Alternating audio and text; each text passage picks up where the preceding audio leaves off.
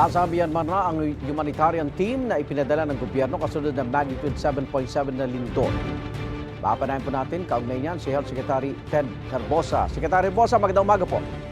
Magandang umaga, Igan, at magandang umaga sa mga nagsusubaybay sa unang hearing. Kumusta na po yung search and medical operations ng ating humanitarian team na nasa Myanmar? Yes, safely nakalating kahapon ng 2:00 ng hapon yung ating 53-man contingent ng Philippine team.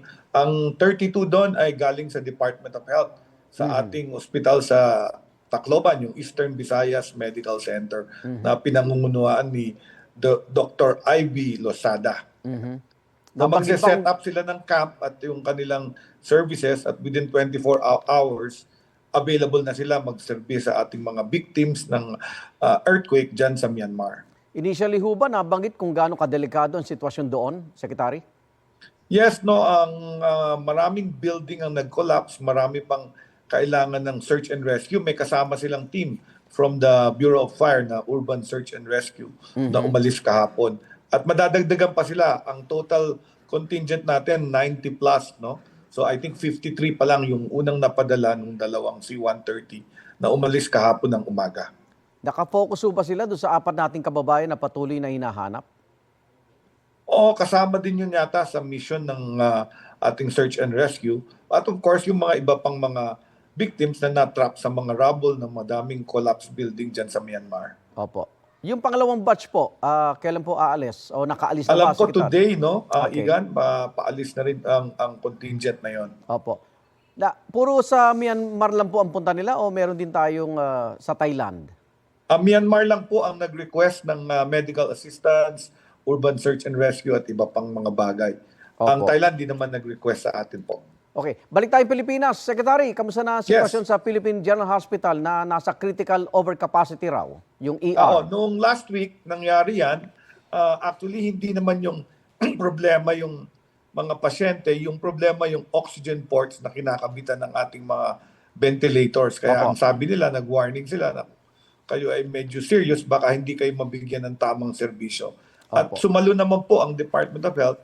17 po ang ospital natin dito sa Metro Manila. Kaya nagbigay naman ako ng abiso para dun sa mga tatanggihan or para hindi na sila tumuloy sa PGH, para hindi na maantala at tumuloy na sa mga iba't ibang Department of Health hospital kagaya ng Jose Reyes, Tondo Medical, sa East Avenue at marami pang iba. Yung oxygen ports na lutas na rin po, yung problema. Opo, ang nangyayari dyan, pag kami mga napauwi ng pasyente, naki-clear up yung mga pasyenteng naka-ventilator sa emergency department. So, alam ko, bumababa na at in a few days, baka mag-declare na sila ng normal status nila ulit. Bantay dengue, Secretary, kamusta na? Well, tumaas ang ating dengue by over 75%, no, kumpara sa last year. And because of this, ini-expect ko na ito siguro yung taon, every 3 to 5 years kasi nagkakaroon tayo ng outbreak ng dengue. Ang outbreak nating huli, 2019. So, naghihintay tayo ng malaking outbreak. So, ito yung taon na yun na most likely, no? Umiikot kasi yung mga variant. Tapos, meron din tayong climate change. Di ba, nag-uulan nitong January, February. Opo. So, dumami yung lamok. Tapos, mainit. Gustong-gusto ng lamok yung mainit. Kaya pag madami ang dengue, madami ang lamok. At pag para ang programa ng Department of Health dyan, yung taob, taktak, tuyo at takip para doon sa mga pinamumugaran ng mga mosquito na Aedes na nagdadala ng sakit na dengue. So 4 o'clock habit po yun, maglinis tayo ng mga pinupugaran ng tubig para hindi dumami ang dengue. Secretary, paalala lang po sa damang init na naranasan natin ngayon. Ayan, so meron tayong very high heat index, umaabot ng mga 40 to 50 degrees centigrade sa ating mga probinsya sa norte, no? Kailangan mag-ingat talaga yung mga taong nandoon sa matataas na heat index, tamang suot, pwede kayong magkaroon ng mga iba't ibang sakit kagaya ng heat fatigue, heat stroke at pwedeng himatayan at dalhin sa ospital. So very important, mag-hydrate tayo, magsuot ng sombrero, maglagay din ng sunblock para hindi magkaroon ng sunburn kung matagal sa araw. At kung maiiwasan, every few hours, papasok po tayo sa malamig-lamig na lugar, sa lilim, para mag-cool down ng ating katawan at hindi abutin ng heat illness.